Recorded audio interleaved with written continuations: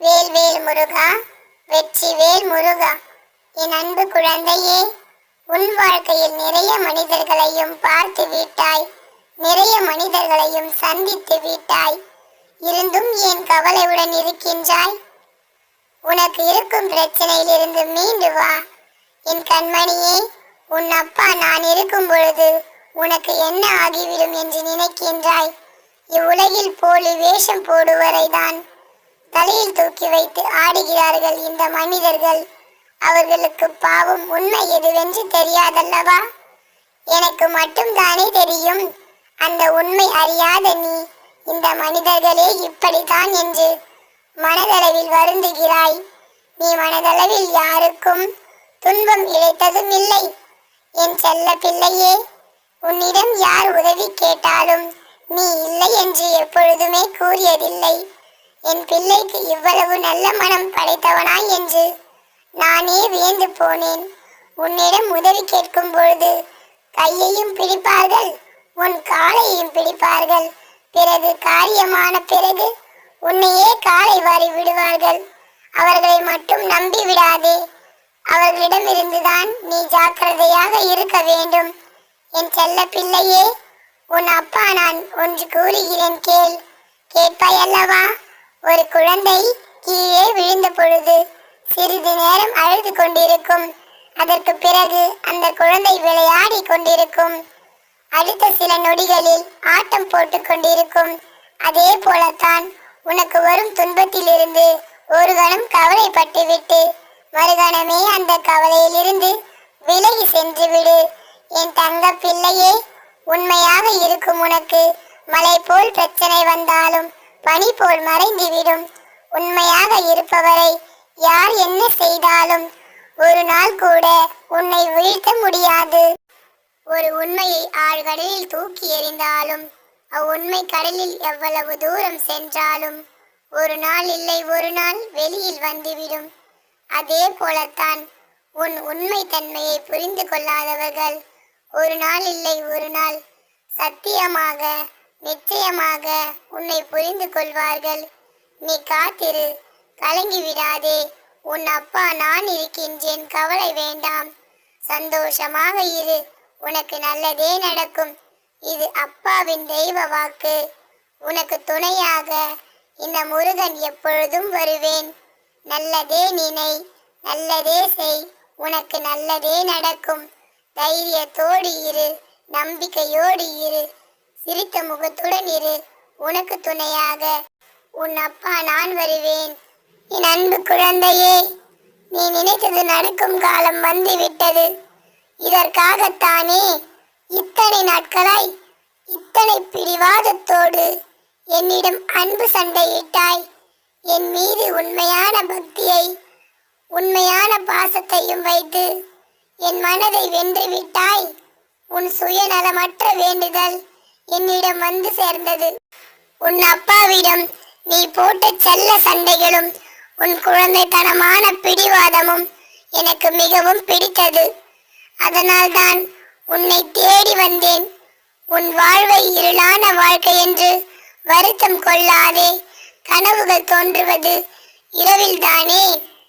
தூக்கிய வீசப்பட்ட இடத்தில் மரமாக வளரு தங்கமே. தூக்கிய வீசியவர்களே உன்னை அண்ணாந்து பார்க்கும் அளவிற்கு இருக்க வேண்டும் உன்னுடைய வளர்ச்சி. உன் மனம் உடைக்கப்படும் ஒவ்வொரு தருணமும் நீ உருவாக்கப்படுகிறாய், செதுக்கப்படுகிறாய். அதனால் உன் வலிகளுக்கும் அந்த வலிகளை கொடுத்தவர்களுக்கும் நன்றி கூறி புன்னகை செய்து கடந்து செல் குழந்தையே. உன் ஆசைகள் நிராசையாகவும் கனவுகளாகவும் போய்விட்டதென்று கவலைப்படாதே என் செல்லமே. நிச்சயம் ஒரு நாள் உன் ஆசைகள் எல்லாம் நிறைவேறும். அதற்கு இன்னும் வெகு நாட்கள் இல்லை, சில நாட்களே உள்ளது. அதுவரை பொறுமையோடு காத்திரு. உனக்கான நேரம் வரும் பொழுது உன் வேண்டுதல்கள் வலுப்பெற்று ஒவ்வொன்றாக பலிக்க துவங்கும். எங்கே நீ காயப்படுகிறாயோ அங்கே உன் பாடம் தொடங்குகிறது. உன் வாழ்க்கை கற்பிக்கும் பாடத்தை புரிந்து கொள்ள முயற்சி செய். அது உனக்கு நல்லதை கற்றுக் கொடுக்கும். குழந்தையே, கதறி அழவும் முடியாமல் கண்ணீரை அடக்கவும் முடியாமல் கலங்கியபடி எத்தனை இரவுகளை நீ கடந்திருக்கிறாய். அந்த நாட்கள் எல்லாம் இப்பொழுது உன்னை தேடி வந்து இந்த நொடி உன் வீட்டு கஷ்டங்களும் தீரப்போகிறது. என் செல்ல குழந்தையே, என் முழு நேர சிந்தனையும் உன்னை பற்றி தான் இருக்கிறது. உன்னை பற்றி உன் அப்பா நான் சிந்திக்காமல் வேறு எவரை சிந்திப்பார்? உனக்காக யாரும் இல்லை என்று கவலைப்படாதே. யாருக்கும் பாரமாய் இல்லை என்று சந்தோஷப்படு. நிச்சயம் ஒரு நாள் இந்த ஏமாற்றங்களும் ஏக்கங்களும் இல்லாமல் உன் வாழ்க்கை சந்தோஷமாய் மாறும். என் பிள்ளையே, என்னை நம்புகிறாய் அல்லவா? உன் நம்பிக்கை ஒரு நாளும் வீண் போகாது. விரைவில் உன் ஆசைகளையும் உன் வேண்டுதல்களையும் நிறைவேற்றி உன்னை ஆனந்தத்தில் தத்தளிக்கச் செய்வேன். சாதுவாக இருப்பதை விட சூழ்நிலைக்கு ஏதுவாக நடந்து கொள்வதுதான் சாகசங்களுக்கு வழிவகுக்கும் சால சிறந்த சாமர்த்தியமான செயலாகும். சுயநலம் நிறைந்த உலகில் சாமர்த்தியமாக இருக்க பழகிக்கொள். வாழ்க்கையில் வெற்றி பெறுவாய். எதற்கும் பயப்படாதே. நல்லதே நடக்கும். நான் இருக்கின்றேன். நல்லதே நினைக்கும் என் செல்ல பிள்ளைக்கு நல்லது மட்டுமே நடத்தி கொடுப்பேன். நல்லதே நினை, நல்லதே செய். உனக்கு எப்பொழுதும் துணையாக இந்த வேல்முருகன் நான் வருவேன். என் அன்பு செல்வமே, நான் தவிக்கின்றேனே அப்பா, நான் கஷ்டப்படுகின்றேனே, நான் அழுகின்றேனே, எல்லாவற்றையும் நீங்கள் பார்க்கவில்லையா என்று சாதாரணமாக கேட்டு விடுகிறாய். ஆனால் உன் பிரச்சனைகளால் நீ படும் வேதனைகளை விட அவற்றையெல்லாம் பார்த்து கொண்டு என் வேதனைகள் இன்னும் அதிகமாகவே இருக்கின்றது. தன் பிள்ளைகள் கஷ்டப்படுவதை பார்த்து எந்த தகப்பனாலும் நிம்மதியாக இருந்துவிட முடியுமா? உன் பிரச்சனைகளையும் உன் கஷ்டங்களையும் நீ சொல்லாமலேயே அறிந்து கொள்பவன் நான். அப்படி இருக்க உன் வேண்டுதல்களை நீ கேட்டால் நான் நிறைவேற்றாமல் இருப்பேன்? உனக்கு முன்பாகவே உனக்கான தேவைகள் அனைத்திற்கும் சரி பார்த்து விட்டேன். அத்தனையும் பார்த்து கொண்டிருக்கிறீர்களா? எதுவும் இன்னும் சரி செய்யவே இல்லை என்று தானே மீண்டும் கேட்கிறாய்? என் தங்கமே, புதிதாக வீட்டிற்கு வரும் பொழுது வெள்ளை அடித்து அதில் உள்ள குப்பைகளை பெருக்கி கழுவி கோலம் போட்டு சுத்தமாக்கிய பின்புதானே உள்ளே வந்து குடும்பம் நடத்த முடியும். அப்படித்தான் செல்லமே, உன் பிரச்சனைகளுக்கும் தீர்வு வரும்போதும் உனக்காக நான் செயல்படும் போதும் உன்னை நான் சுத்தமாக்குகின்றேன். இப்போது நீ கர்ம வினை என்ற குப்பைகளாலும் மாயை என்ற அழுக்குகளாலும் முற்றிலும் மாசுபட்டிருக்கிறாய். உலக பந்தம், நட்பு, பாசம், அன்பு என்ற அனைத்திலும் சிக்கிக்கொண்டு வேதளித்து கொண்டு வருகிறாய். அவற்றையெல்லாம் நான் மெதுவாக சுத்தம் செய்யும் போது உனக்கு சோதனைகள் அதிகமாவது போன்று தோன்றுகிறது. ஆனால் நீ கஷ்டப்பட்டு கொண்டு இருக்கவில்லை, சுத்தமாகி கொண்டு இருக்கிறாய்.